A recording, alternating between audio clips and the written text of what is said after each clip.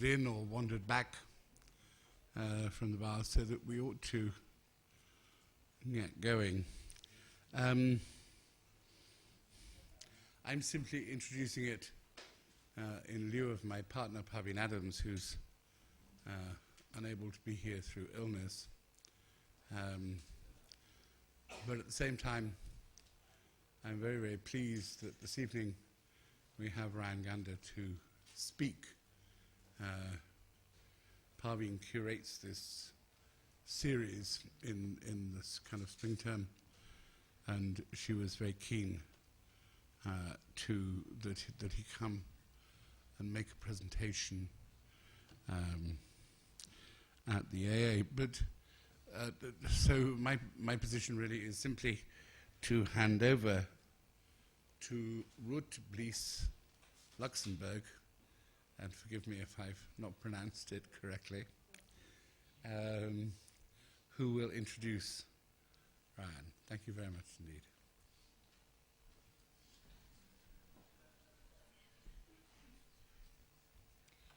Good evening, welcome. Thank you all for coming tonight to the AA, and it's my great pleasure to introduce tonight Ryan Gander to you. I'm sure most of you are familiar with his practice, and tonight Ryan will talk about one of his architectural proposals, so it's a fitting location for this. Ryan has had a lot of exposure in the last couple of years. His work is really touching contemporary art nerve, and he has recently shown at the Stedelijk in Amsterdam a solo show and participated in various group shows like the Tate Triennale in London. He's currently preparing for another solo show at the Icon in Birmingham. I think what makes Ryan's practice so fascinating to me as an artist is his investigation into modernity, into modernism, but also how he positions himself as an artist. He goes beyond the studio. He elaborates his practice by collaborating with various other practitioners, and these are also outside the art world. He works with musicians. He has managed a band called Die Kunst in Manchester. And he also, very fascinatingly now, has used his former gallery as his own gallery space, where he shows a very rigorous and very speedy program of other artists. And I think that's a very generous but also very fascinating progress in his own work to do this. Also, he engages very much with publishing, and he understands the lecture also as part of his work. He has lectured at the Pompidou, where he gave one of his famous associative lectures. So in a way, I'm hoping that tonight this lecture will be an artwork. So over to Ryan, and afterwards we do Q&A. Thank you. Hello. Thank you. No pressure then. Can we turn the lights off or not? I didn't ask that before. No one's scared of the dark, are they?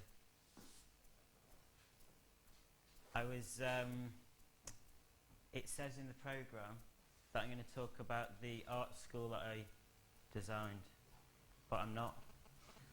Changed my mind.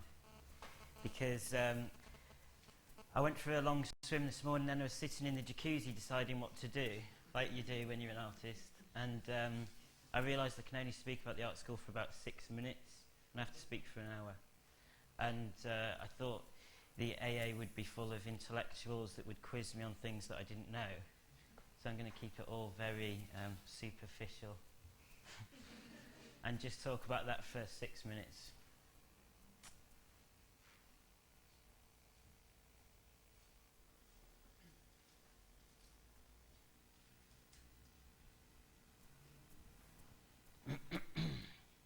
Can everyone hear me? Is everyone sitting comfortably? This is a plaque that goes next to a photograph that's a work of mine. I don't know how to start. this is another thing.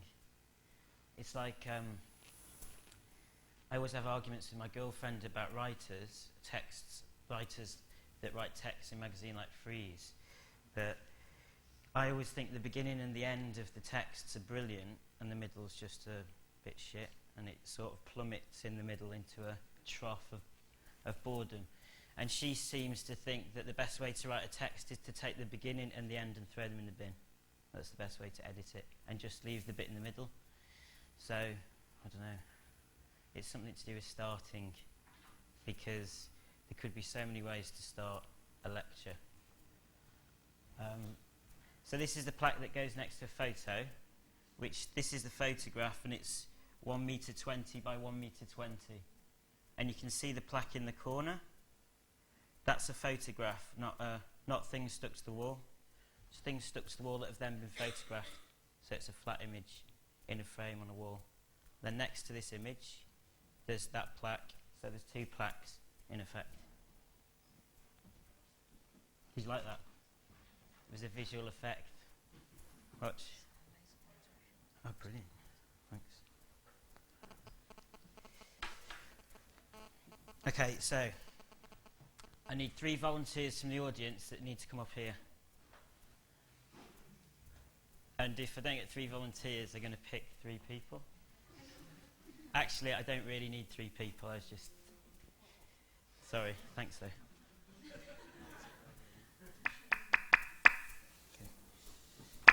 What? Oh God, it's like a stage with lights. That's me. It's very nice to be here, although I feel a bit like Madonna with this. So if I start singing, you'll know why. So I don't have a thematic of any kind. I just picked some books.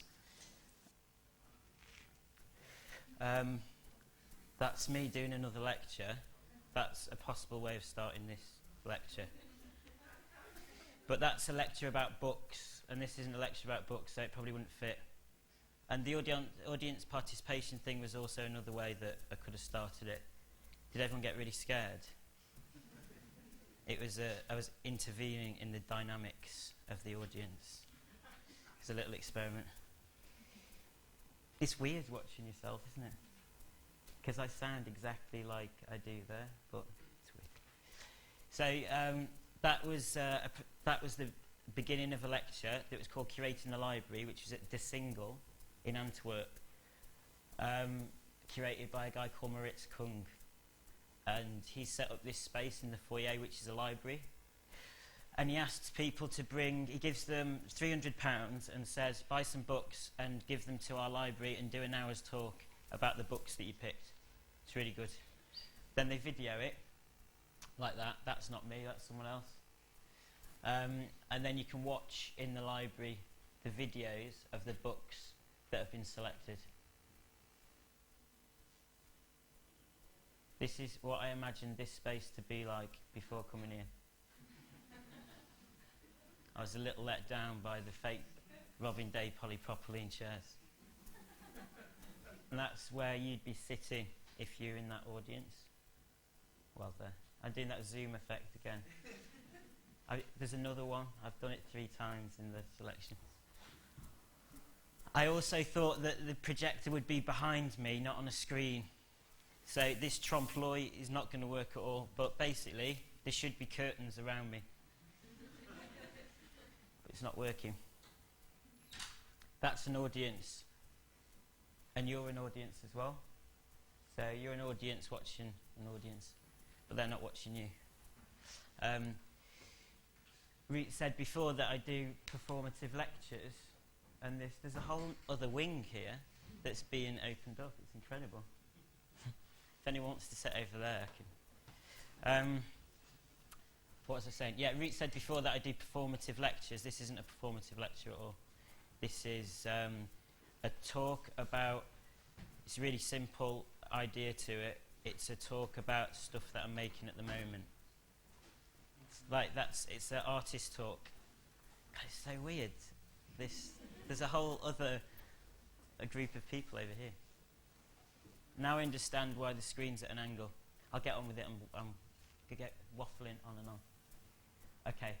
That's the guy that made the posters for this night. Is called Zach, and I didn't know how to say his second name. That's how you say it phonetically. Kais. Zach Kais.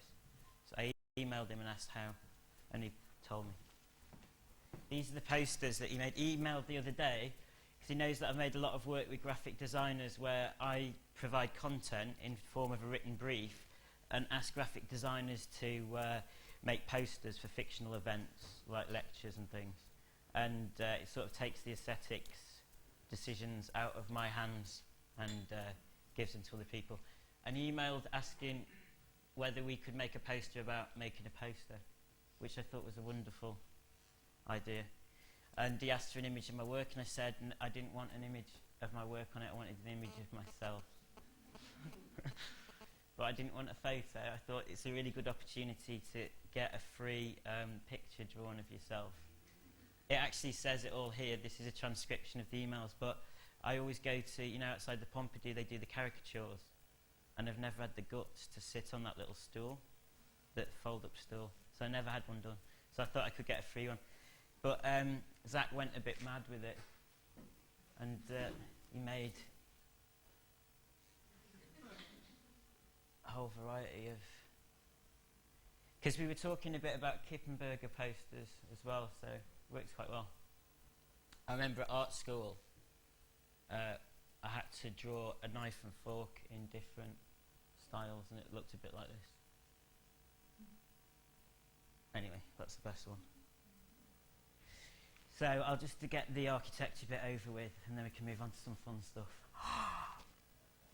This is the school that I designed. I didn't really design it because I don't know anything about architecture, but I worked with 3 young architects from the RCA who just graduated to sort of help me.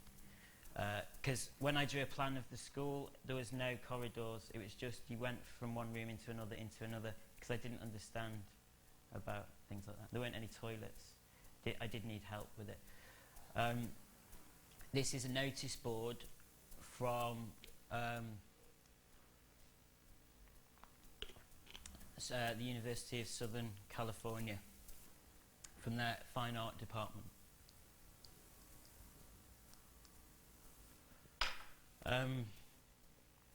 I went in under the cover of night with a balaclava and took the notices and replaced them with photocopies. So they had a monochrome replica of its former self.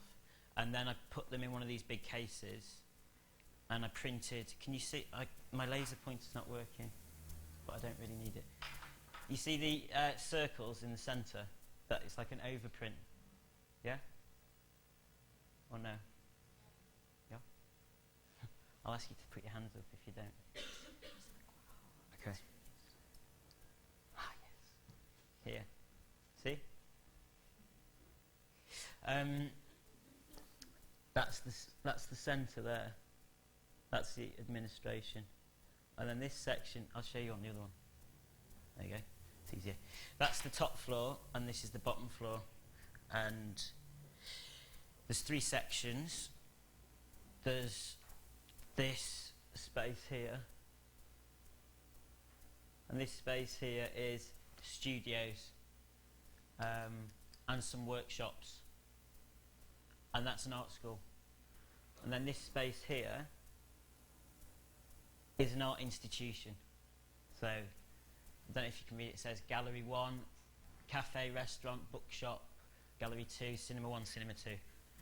So it's an art centre and an art school combined, but they share a space, that ring between them, this space here. That space facilitates the art school and the museum part. And that is library and project rooms, basically, because they'd be used by both. The idea is, it's a bit of a Dan Graham rip-off. I had to present this in Miami at the art fair in December, and somebody else dropped out, and they said Dan Graham's going to do it instead. And I was like, Dan Graham? Shit, that's the guy that I ripped off, and I have to present the thing that because it uses 2-way glass. So all the blue is you can see in, but you can't see out. So the library, when you're in the library, it's great because you don't get distracted, but you can see. Oh no, sorry, the blue you can see through, straight through.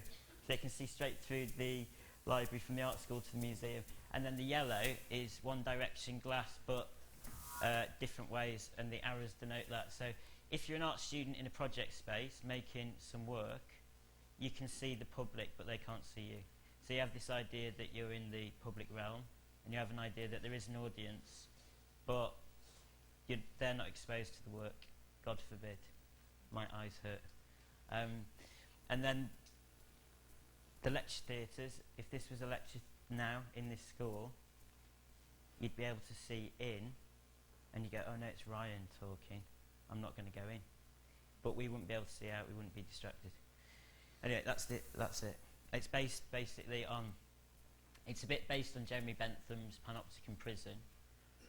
And it's a bit based on some Dan Graham pavilions.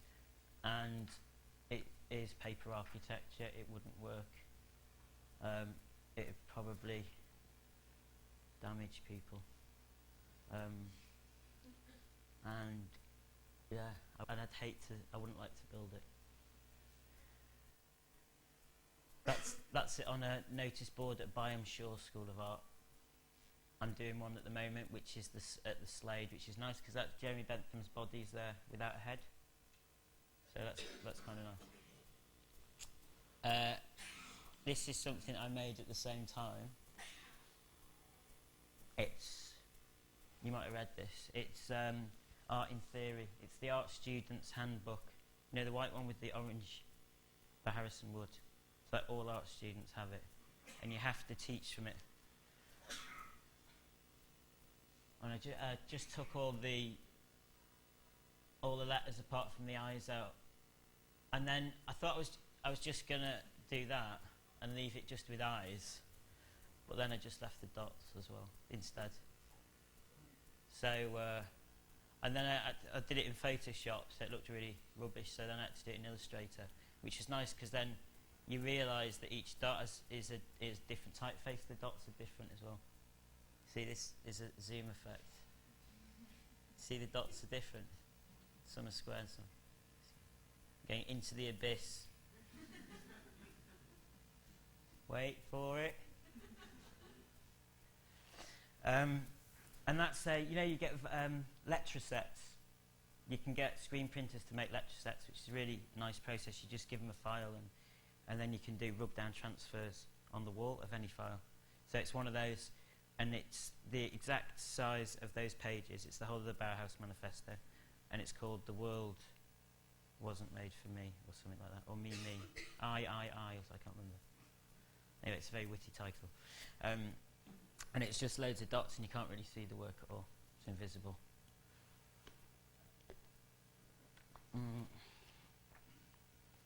These are 3 photographs that were taken at Michael Dyer Associates. Michael Dyer is the best master printer in London. He skills. And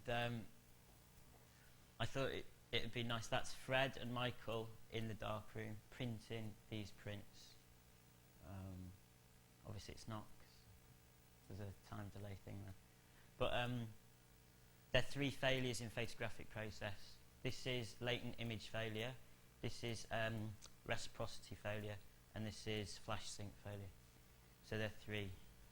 But it's really nice of them to agree to do it and be in the title and be in the work when it's all about the failure of photography and stuff.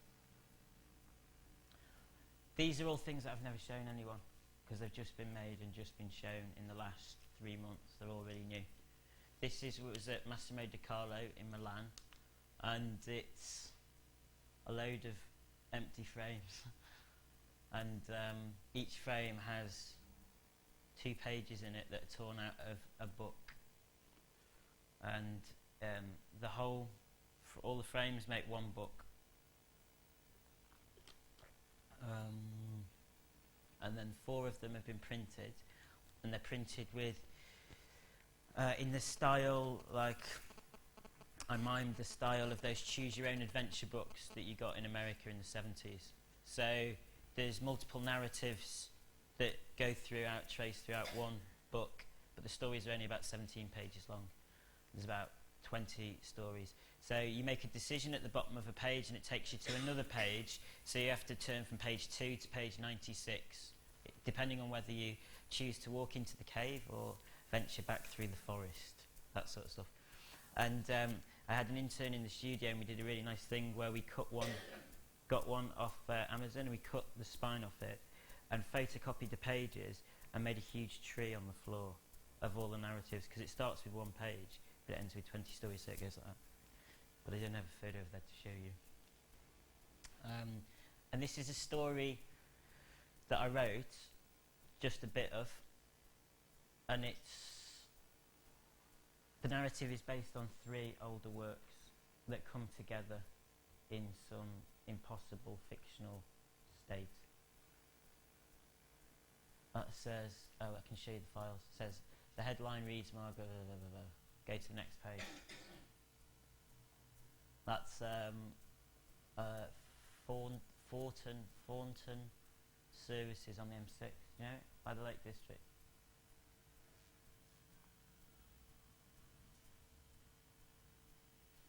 Anyway, you can read it another time. Right, okay. On the computer, you've got a camera at the top, haven't you?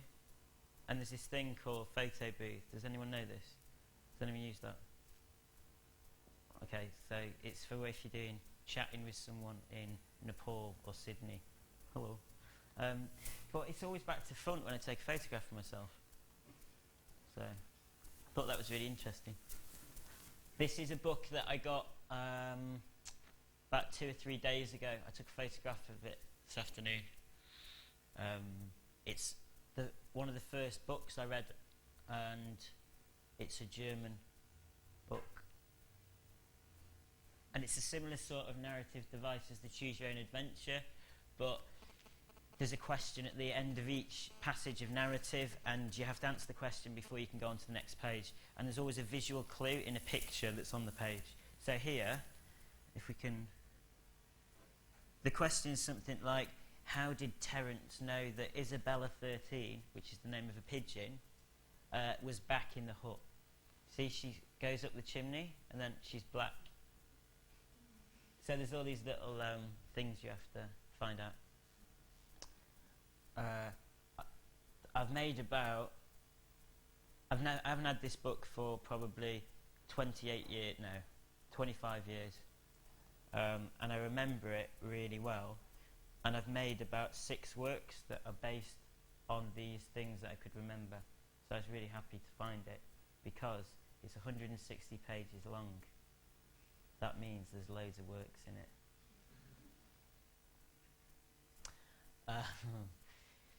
This is a girl called Mia. These are some people that I met a few weeks ago at the Royal College of Art. 2 of them came knocking on my studio door, and no one knows where my studio was, and it frightened me a bit, because I don't tell people, because I thought people would, if I told people where it was, they'd come and have tea and I wouldn't get any work done. So I always use my home address. And these 2 guys knocked on the door. Are any of these here tonight? You guys? No. I can say what I want. So they knocked on the door, and the door opened, and they said, "All right, Ryan."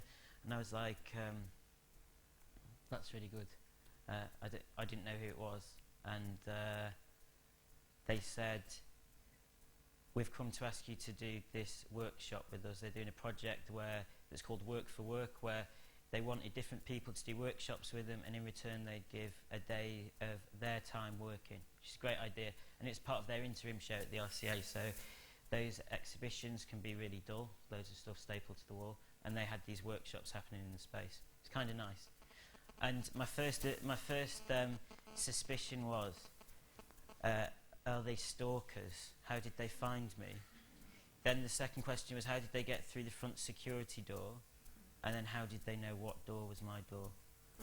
And it turned out that someone who'd seen me going into the building had told them that it was that building.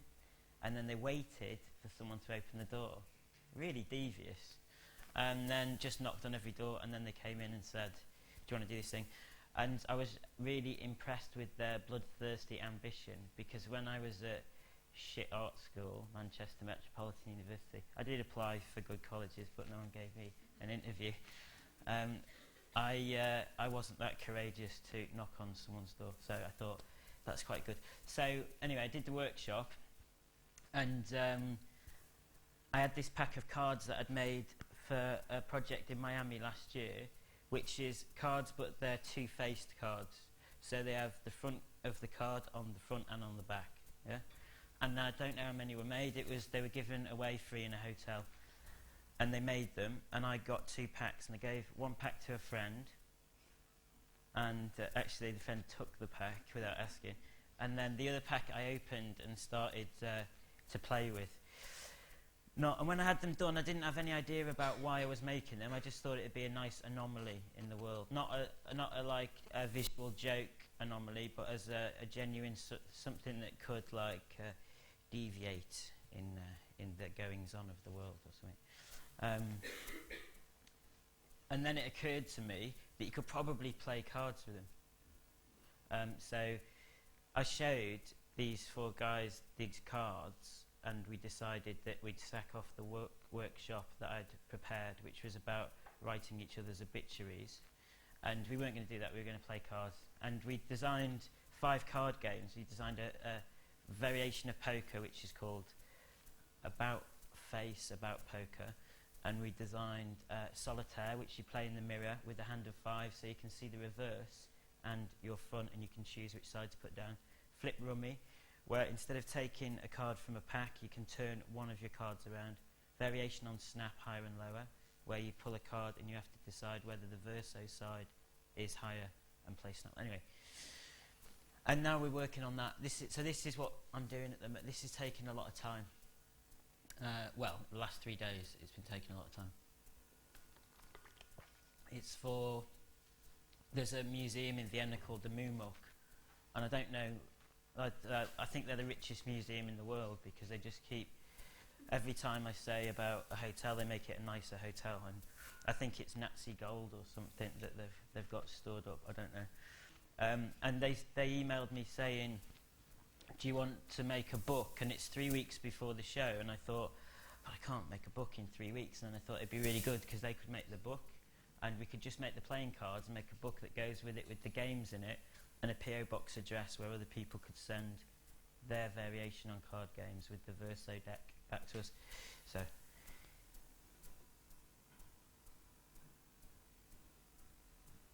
and then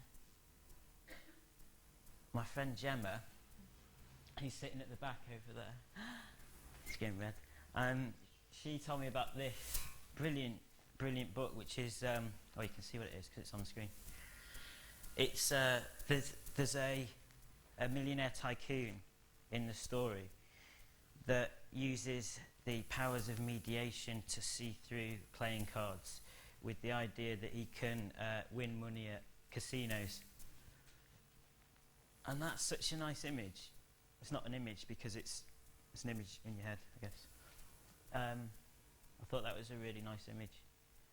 This, I imagine him to be a really horrible, Larry, rich guy with a Porsche Boxster, like a junior stockbroker's Porsche, not even a good Porsche. And yeah, I thought, wow, man, that's amazing. No, I thought, I like this idea that when we were playing cards normally, there was this game in the present that we were playing, but then there's this other game for like these invisible people. You know the film Ghost? There could be like ghosts in the middle of the table, because there's always another game being played, whether it makes sense or not. So it's a bit like there's 2 realities at once that are going parallel with each other. And I really like the idea of that. I tried playing Patience, and this is where it all went wrong, because there was 2 ace of clubs all of a sudden.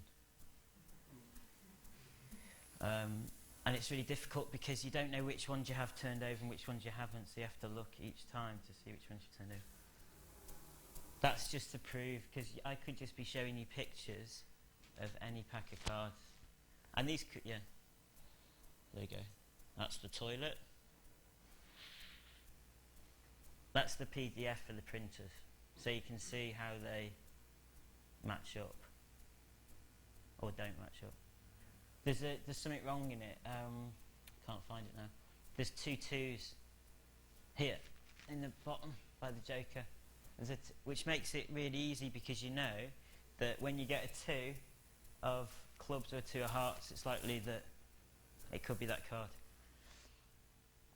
This is a work by Jonathan Monk that I bought for my own personal art collection. My own personal art collection consists of 3 works, but it sounds amazing if you say that. Sounds like I've got a big storage vault full of paintings.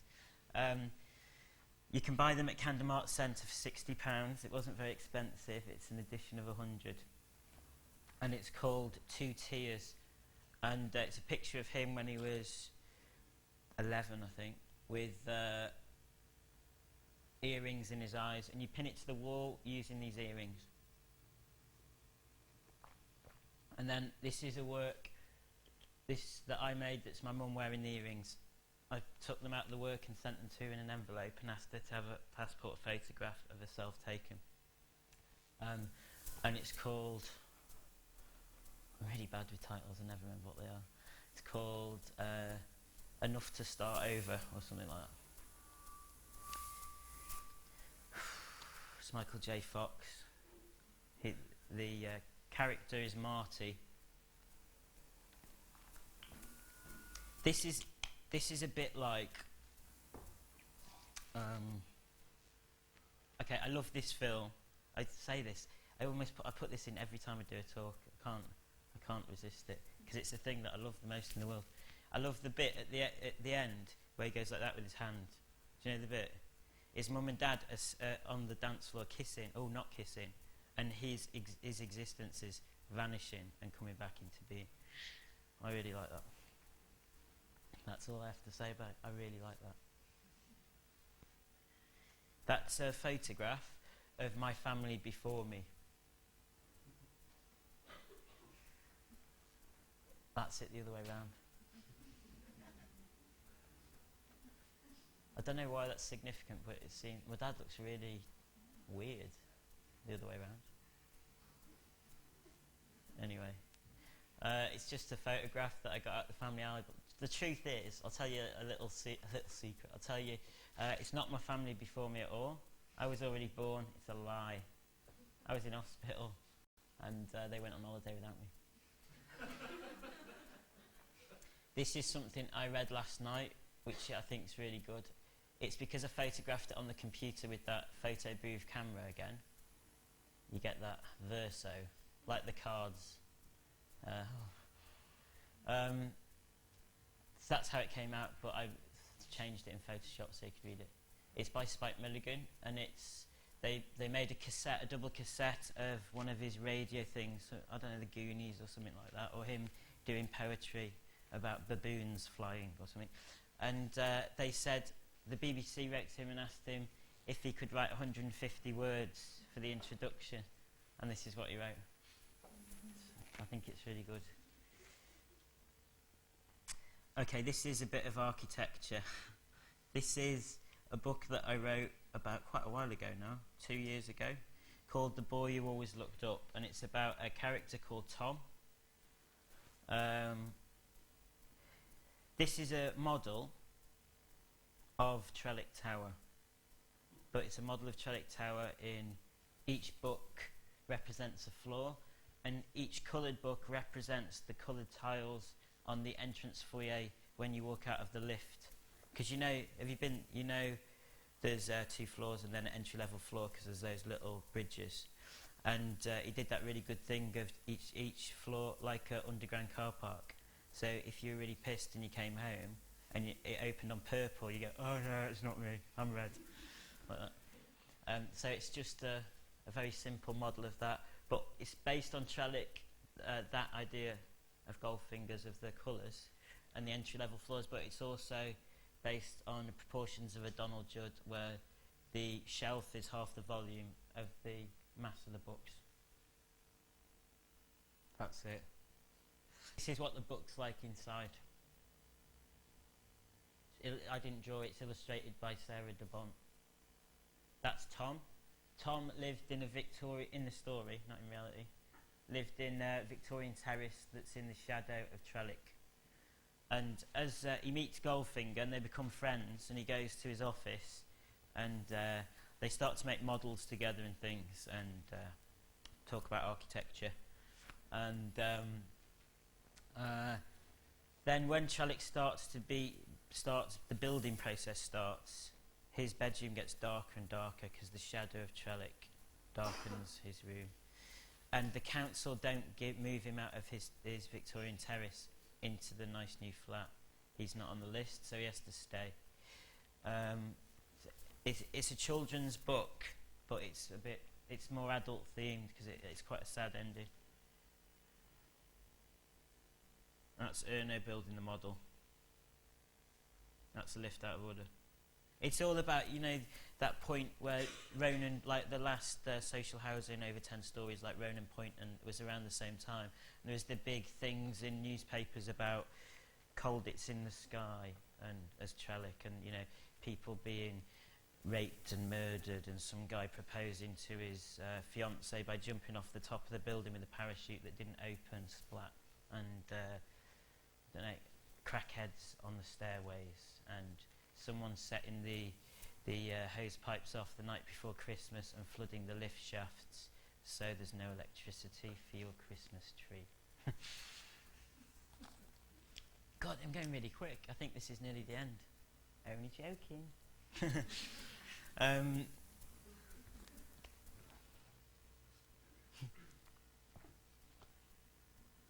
This is a work that I made in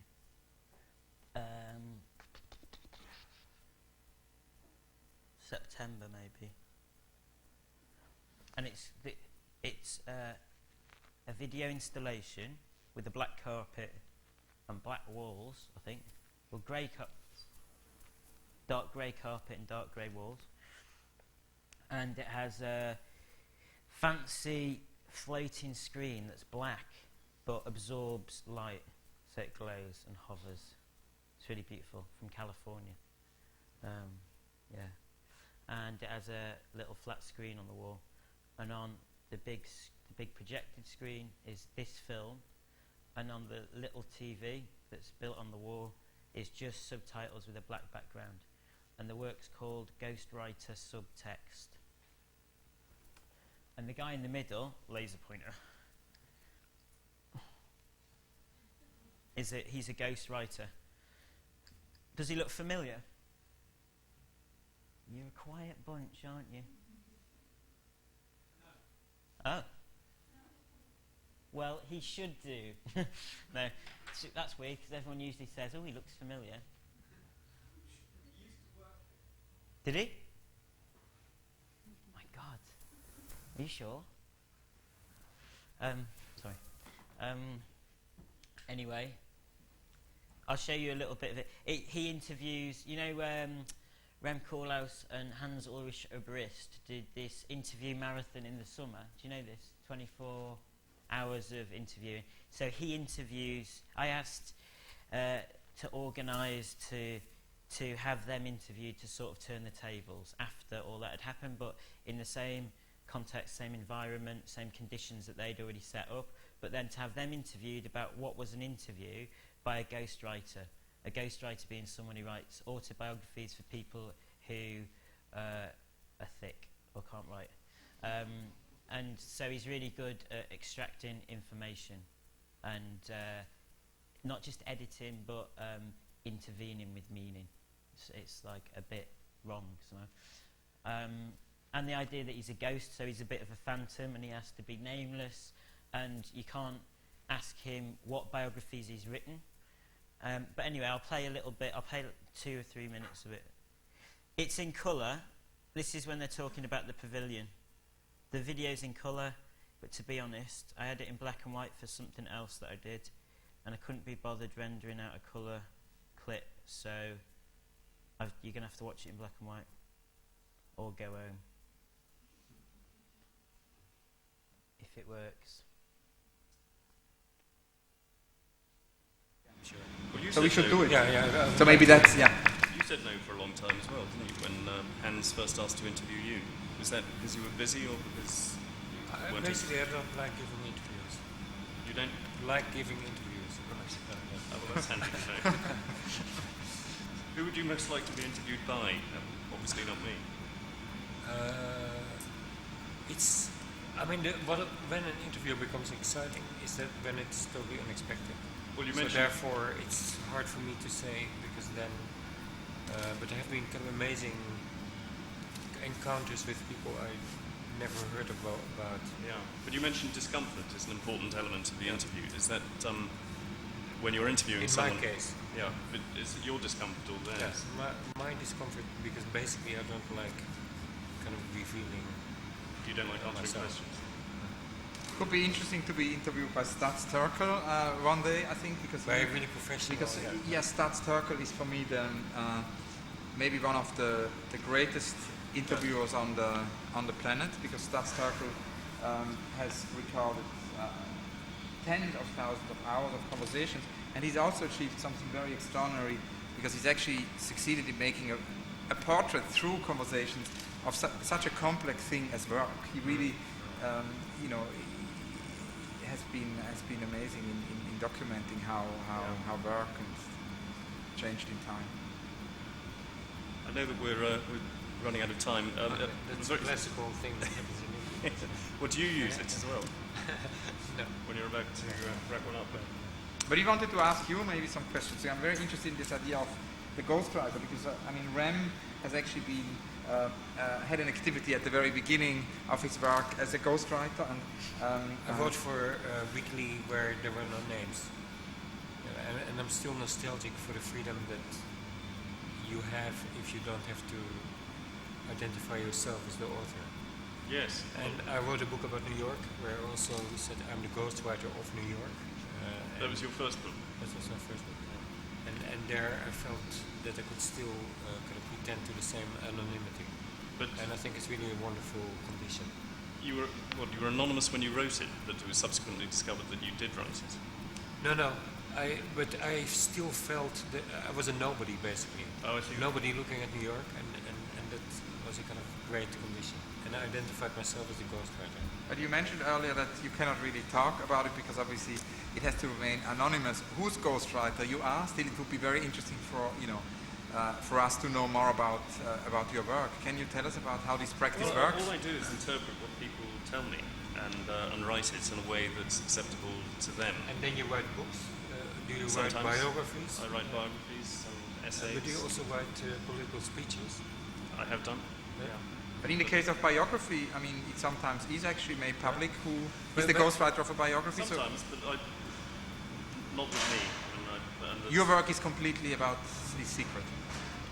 Yes, as much as I can keep it secret. When you write a biography, is it published as in collaboration with?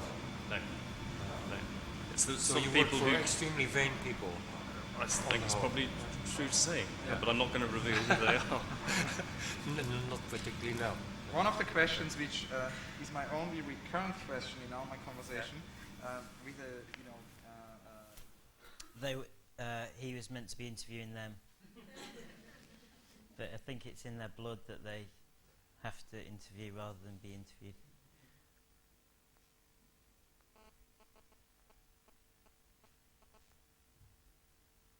Okay, so these are the subtitles that are on the other screen next to it, and the subtitles come from a conversation with my Bezza, my best friend Stuart. We were working on, we're doing a TV script which I'm going to show you in a minute, and he lives half the time in Los Angeles, and I was doing a show there, so I went to Los Angeles for the first time, which was really nice, and got a hire car, but ordered a small one, and I drive with hand controls instead of pedals, and they couldn't fit the hand controls to the small car, and when I arrived at the airport they gave me a Chevy Monte Carlo in red, and I drove back and all you could see was my knuckles like that. Wound the window down like this until I got a booster seat. Anyway, I'm going totally off on a tangent. What was I talking about? Oh, so me and Stuart would drive into the gallery every day because we were working there. We had a little room where we were doing the script. And I was panicking a bit because I didn't like the idea that I was sort of appropriating cultural celebrities because they're like well-known people, you know?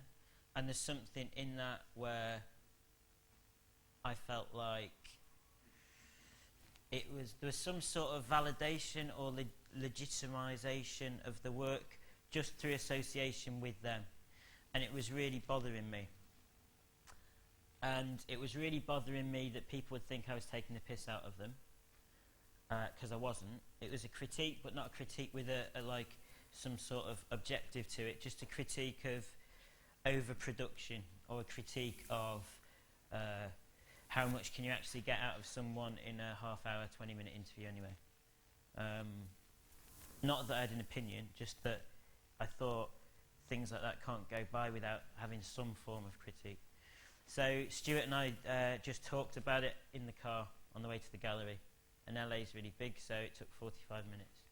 And then we took all the stupid bits out, and so it sounded cleverer, and then had it edited, and then had it edited again, and then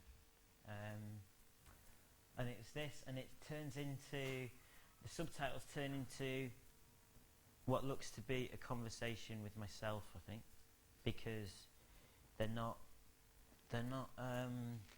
separated. Sometimes, as you see, that's two people speaking.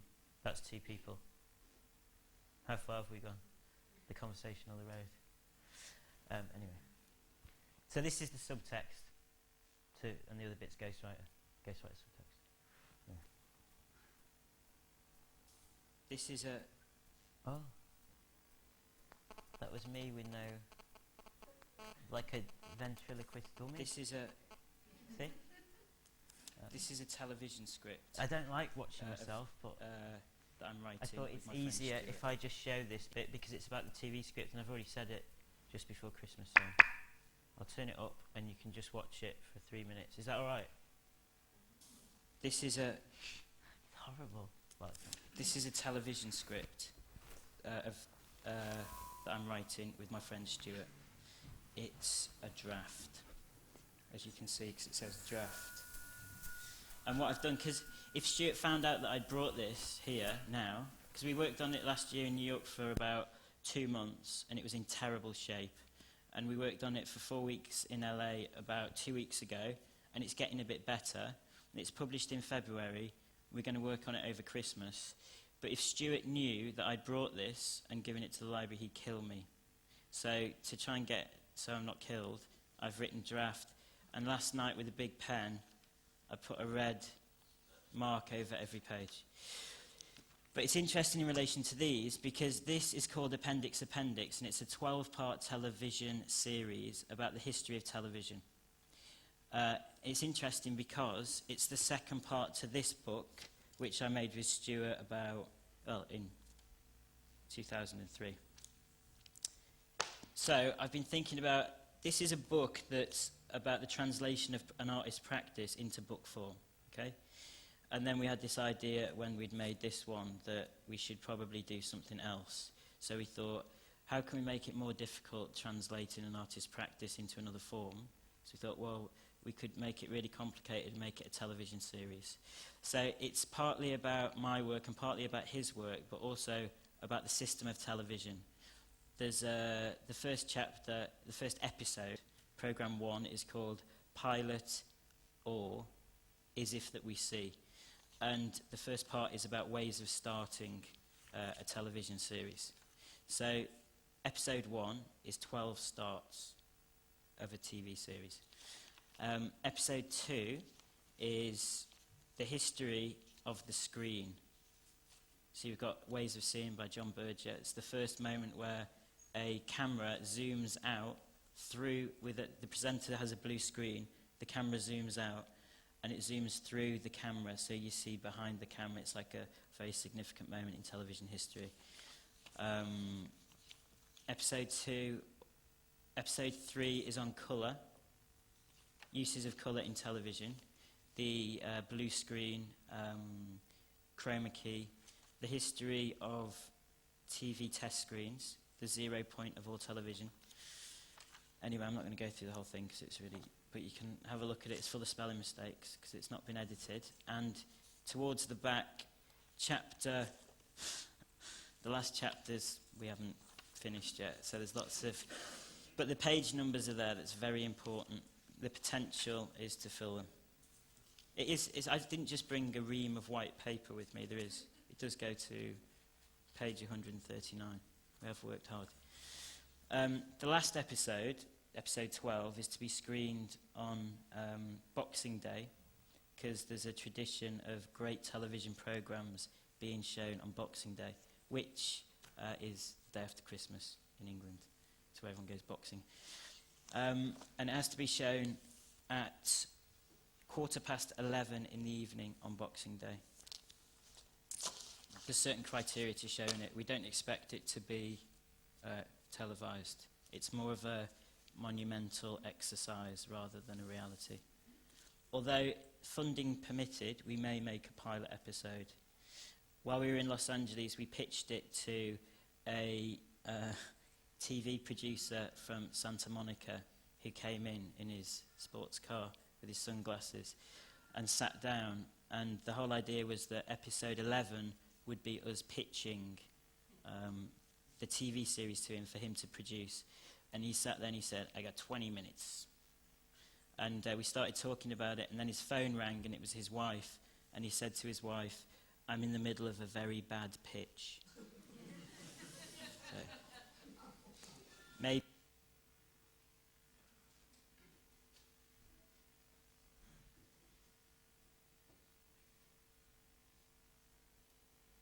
this is a necklace.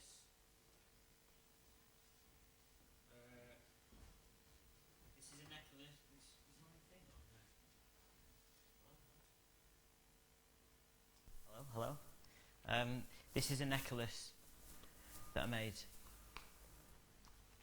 Louise, here at the front, is wearing one, if you want to approach her later. They're very small, and I wouldn't pass it around, because it's from Tiffany's, and someone might nick it. The artwork is like a logo that I made up called the Didactes, and it's made, that's laser etched onto this small coin, and then it's given to gallerists or invigilators to wear, and that's the sort of the logo. I guess it's a logo. And if you pull it apart, it turns into this equation at the bottom, in the bottom right hand corner, and the equation is advanced mathematical symbols that translate to there is only one definition for everything anywhere at any one time, which is a bit of a, well, impossible. If it was exactly the same room, it was quite isolated, and the film itself, in some concepts, was kind of a bit like this one. Like it was the feeling of it was quite isolated. So I think if you watched this film in a cinema, you'd have a completely different point of view to the film. Yeah. If you saw this at an art fair with my voice, it'd be different to seeing it just without a voice, because the voice makes it sort of seem makes it seem sort of less like a question, makes it seem like somebody has already seen this and they know what you're watching and they know sort of everything about it. No, I like that. It's good. It's part of it. Good. Okay. I'm not going to talk about that at all. I'm just going to... Okay. This is the last work in many respects. I live up there, Oh, well, not where my finger is, because that's the bottom. Where's my laser pointer? Assistance. Up there. No, I live here, sorry. I don't even know where I live. I live here, in Whitechapel. Doesn't work. I live in Whitechapel. My studio's north end of Hoxton Street. And sometimes when I'm feeling lazy, I drive. But I try to wheel every day because it's 20 minutes and it helps you think about things. And I got into this habit of looking up when I'm wheeling. You know, like when you drive down a country road, you turn lights off for the buzz, just to see what will happen. Everyone does that, right? Well, I just started going like this a lot. Look like a total dickhead going down the road like that. And and I'm taking a year off, which starts at the end of March. I've got 3 things to do, and then I have a year off. It's not a year off. The gallery keeps saying I can't call it a year off because I sound lazy. I have to say it's a research sabbatical or something like that. But it's just because I haven't been to the library for ages. And I used to go to the library a lot, and I've just been making loads of art. And so I thought I'd take a year off and just go to the library and be quiet for a bit. And so I thought I'd take the year off, but I like this idea that there'd be a work that was about what it is to make work. So there'd be a work about, I mean, that's when you think about what you're making, I think, when you walk to your studio or wheel to your studio. I mean, and I like the idea that it was letting the spectator, sort of destroying the romanticism of the artist and letting the spectator know how easy it was. Or, I don't know. So I'm making a video that's called The Last Work in March, which is going to be at the Stedelijk Museum, and then in March next year I'm going to show a work called The Last Work 2 TOO, The Last Work as well. And it's the same film, but one shot, the first one, The Last Work, which is the opening brackets to the research sabbatical, is shot in winter, and it's the journey home from the studio, from studio to home.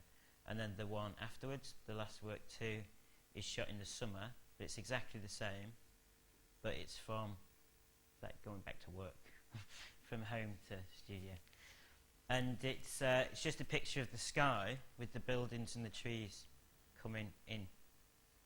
So it's quite simple. We only shot it like the other day, but these are some photos that from while we were shooting it. So there's a Steadicam pointing at the sky the whole walk, and then there's another Steadicam following the Steadicam. So when it's edited, you'll get an image of the grey sky and trees coming in and stuff. But then there'll be another screen inset in the corner of this screen, which shows stills, other people's work, anything that the voiceover's talking about, and the back of one of the Steadicam operators. And the voiceover for this one is about the mechanics of production, and the voiceover for the more optimistic summer one is about the poetics of production. And the poetics of this being that I used to remember coming back from my grandparents' house in the back of the car. Everyone, I don't know if everyone did this or not. I can imagine it's something everyone did. And you lie down on the back seat and you look up out the window and you try and guess where you are. Has anyone done that? Yeah. So I thought everyone, yeah, not just me.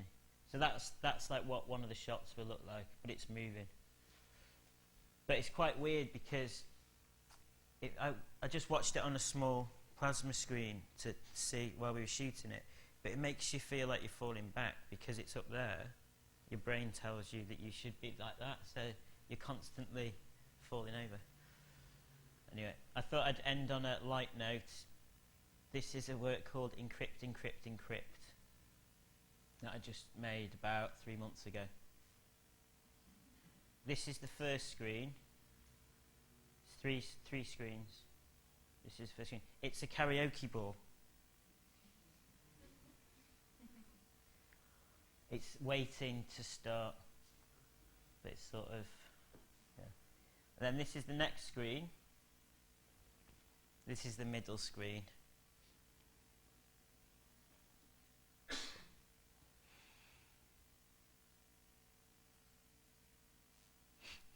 He's warming up, Olum. Ah!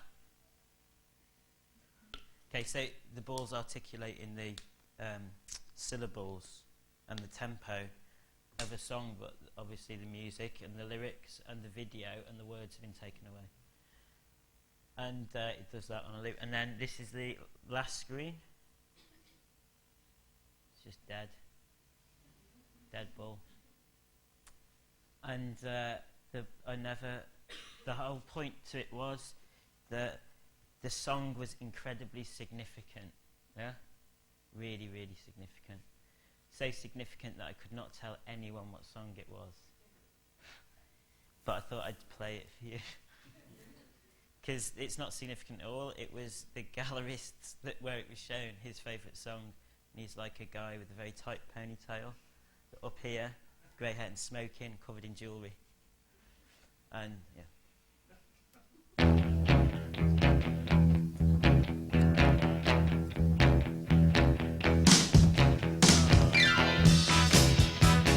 That's it.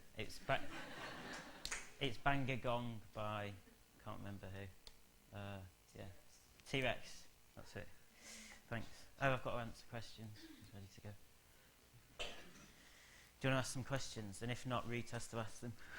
Yes, well, first of all, thank you so much, Ryan. It's okay, thanks. And let's open up to the audience. If you have anything to contribute to this presentation, please feel free.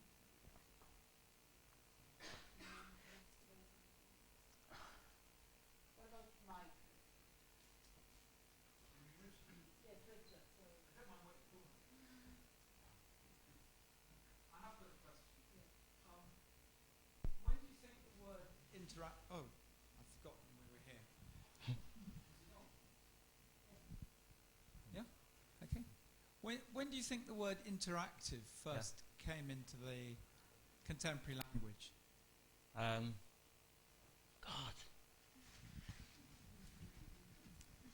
At a Science and Industry Museum? I don't know. Came into my language. I did a course called Interactive Arts, I didn't know that. which was a Mickey Mouse course where no one went in. And I got a first, but I only got a first because no one else went in. And I don't know why it was called Interactive Arts, because people didn't interact with each other. And it made it sound like it was something to do with technology, but it wasn't anything to do with technology. And the idea of it was amazing. It was meant to turn the Victorian model of education inside out, so that top-up, top-down hierarchy in a triangle would be thrown away, and it'd be circular, like the Panopticon School of Art, but in a metaphorical sort of, in the way it was running, rather than in a concrete sense. And the students would, from the outside of the periphery of this circle, come in and make this big pile of knowledge and take it away, and there'd only be an administrator. Brilliant idea on paper, and a terrible idea in reality. I've not answered your question at all, just talking about something totally different. I don't know. Do you know? No, I have absolutely no idea at all. No? I know there are believers, and I'm for sure I don't think you're a believer. Really? What, interactive? Yeah. Do you think this work needs an audience to conclude it? Is that why you think Yeah, but so does the music hall. I mean, so do humans. I mean, that's why people have partners. You know. That's true. Why on earth have a partner? I mean, it's inconvenient, but you know, there's nothing that dictates that you should do it. But people embark on. But this. why aren't I a believer in the interactive then? Beg your pardon? Why aren't I a believer? I want to be a believer, I think. Well, I think the most attractive thing about your work is your mistrust. Cynical, bitter northerner. No. I didn't. No. I really didn't. You were thinking it though. No, I wasn't. No, mistrust's a good, it's what gets you across the road, isn't it? Yeah. I think Mixed up with trust. I think bitterness is kind of a good emotion as well, to be honest. I think, Not for a long life, though, is it? no, but I mean, there's a difference between being able to bottle bitterness but understand it, or being bitter. And I think Did you say everyone's to bottle bitter? bottle bitterness, That's nice. bottle of bitter. Yeah. It's a tongue twister But, as well. but twisted with bitter is not good, is it? Oh no! Not for a life. But I read this thing in the NME music magazine about some unknown band from Sheffield, where they said that they the great thing about Northerners was they modelled themselves on the things they hated rather than the things they liked. And that's sort of intertwined with bitterness. I really like that, because if you model yourself on the things you don't, if you model yourself on the things you like, you're in danger of being a parody of them. Where if you just understand the things you don't like, you can be anything at all, But there's a relation there with bitterness as well, I think. I don't. This is beginning to feel like a setup, but are you speaking there as a northerner or as a ghostwriter? Both. I don't know. I'm not really a northerner, am I? I do get I get a pain in my stomach when I'm in West London, though, I have to admit. That's Start to feel That's just terribly normal. nauseous really quickly. In fact, I've got to get back to the East End in about 10 minutes, so please hurry up. No. There's a question.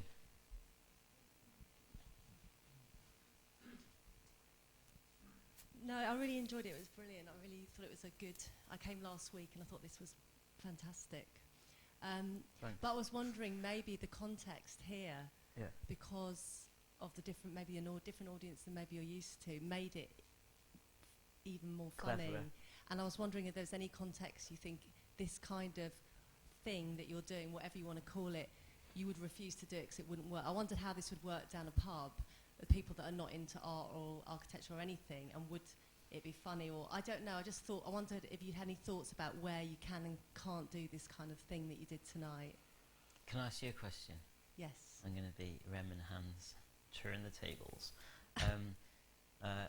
What was it like last time? Maybe I shouldn't ask that. It was just more what I might expect coming into a building.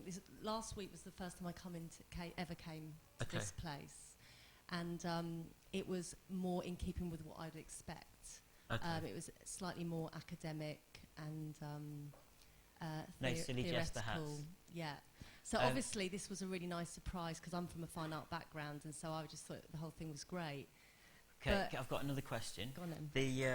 You said the audience here would be different to what I'd expect. I don't know. What's the audience? Well, that I I'll tell you expect? why I said that. Loads Because of the monkeys or guy something. last week said that he'd slightly, if I might have got it wrong, but he said something about it was slightly a different context that he was used to talking to, because it was not a kind of, maybe in a fine art kind of context. And I wonder whether this was something that was less familiar to you as a kind of an audience or a kind of a place to talk, or not. Oh God.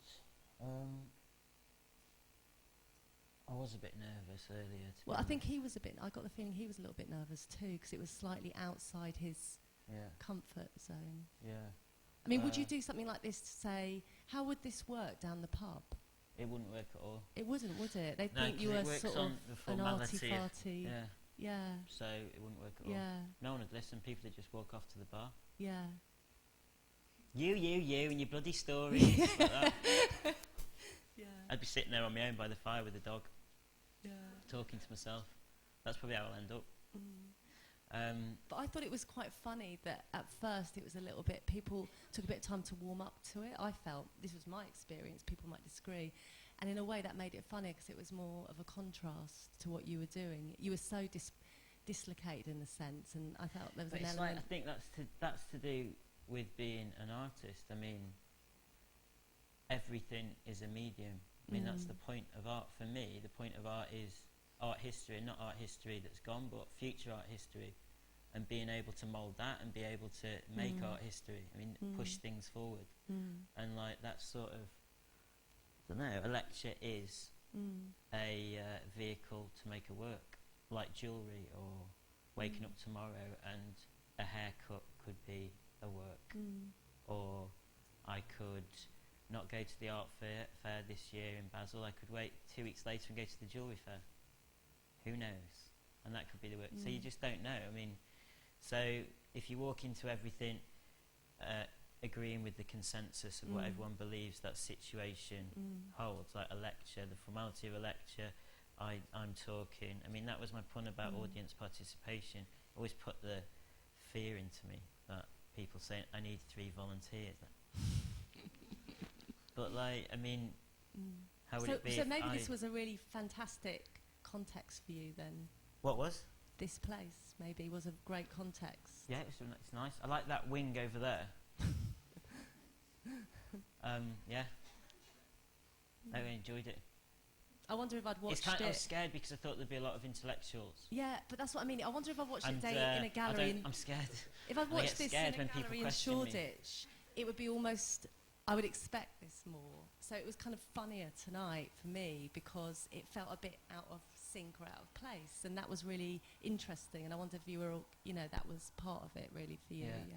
Maybe using the form of a lecture as a vessel, as a work is best when it's really formal. I don't know. Thank you. There's one over there.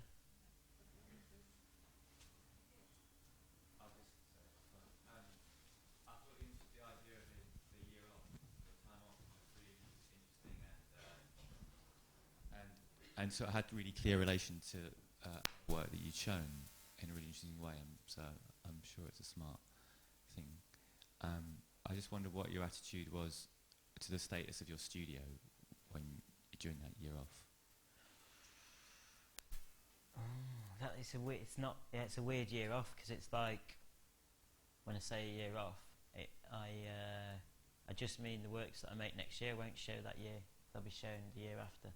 But I'll still be making work. And I have like 12 to 15 shows next year anyway, but they're works that exist, so. But I don't have to go to them, so it doesn't make any difference.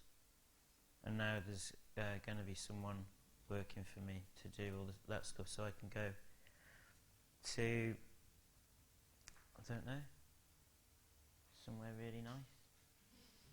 Somewhere where there's interesting things to look at, and go to the library. What's your favourite library? Really, Hoxton Street Library. They've only got 6 books there, and I donated them. So, but it's not. It's next to the gallery that I do direct. It's next door. Well, actually. There's KFC, then there's Associates, then there's Mags and Fags, then there's another Mags and Fags, then there's Discovery, charity shop, and then there's the library. But it's not far. And, yeah, libraries. I don't know. Why do you have a favourite library? I like Avery Library at Columbia University. Probably my favorite. I've not been there. But then for just sitting and reading, I quite like Reader's Library. So yeah, I sort of collect libraries. You're a serial library goer. Library specialist. I went to the British Library once and they were really rude and put me in a disabled room.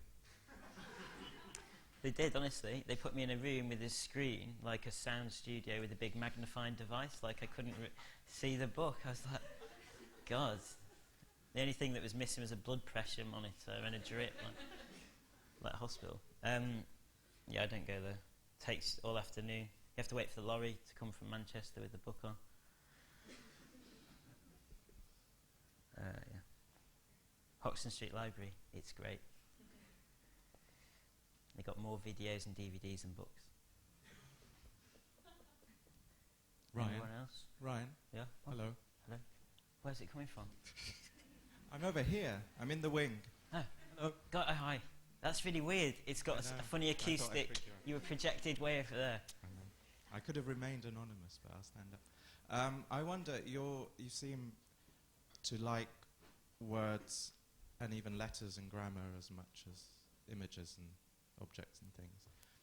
I would like images more than words, you said, yeah? No, I don't know if it's more or less, but it seems there's perhaps an equal distribution. I wonder if you were to imagine your work in a kind of anthology of highfalutin art criticism that might be written about in about 10 years' time, is there a term that you would like your work to come under? For example, like post-painterly abstraction, neo-geo, relational. Jesus Christ. Sounds like NASA. Yeah. What would you like it to be called? Which doesn't necessarily mean what it is, but what would you think you'd I like have it got to a be? phrase that I coined. It's a bit cheesy coining phrases, but I think in the new school of conceptual economy. Conceptual economy. It's a new buzzword. Everyone has to say it 10 times tomorrow to people that they meet. We could start something here, a big snowball effect. Yeah, conceptual economy. Is that like conceptual savings bank? No, it's like poetry. You know, people that write poems and it takes, they work on a poem for 14 months and it's 12 lines long. So it's 30 words long, and it was 300 words long. It takes them a year and a half to condense it.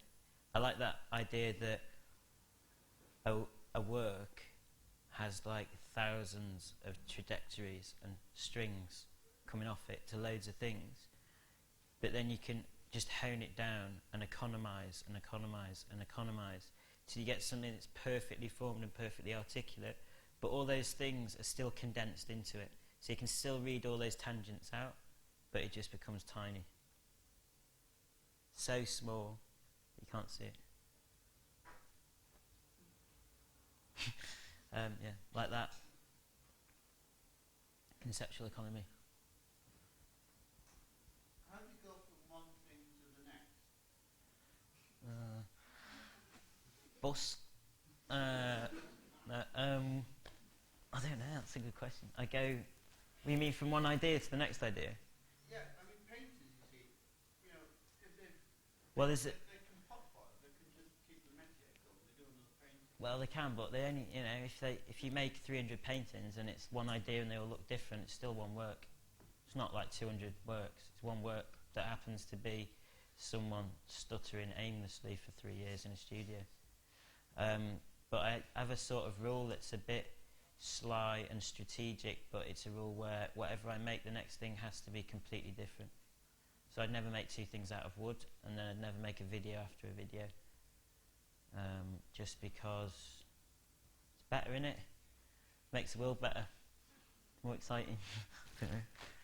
And then there's a big box of lots of things, and if you pull two things out, you can hold them up, and one's like a cork tile, and one's like a dog's lead that's yellow, and you go, nah, you throw the cork tile away, and then you pick up an armband, and you go, ah, yes. It's a bit like that, but with ideas and history and culture and objects and colours.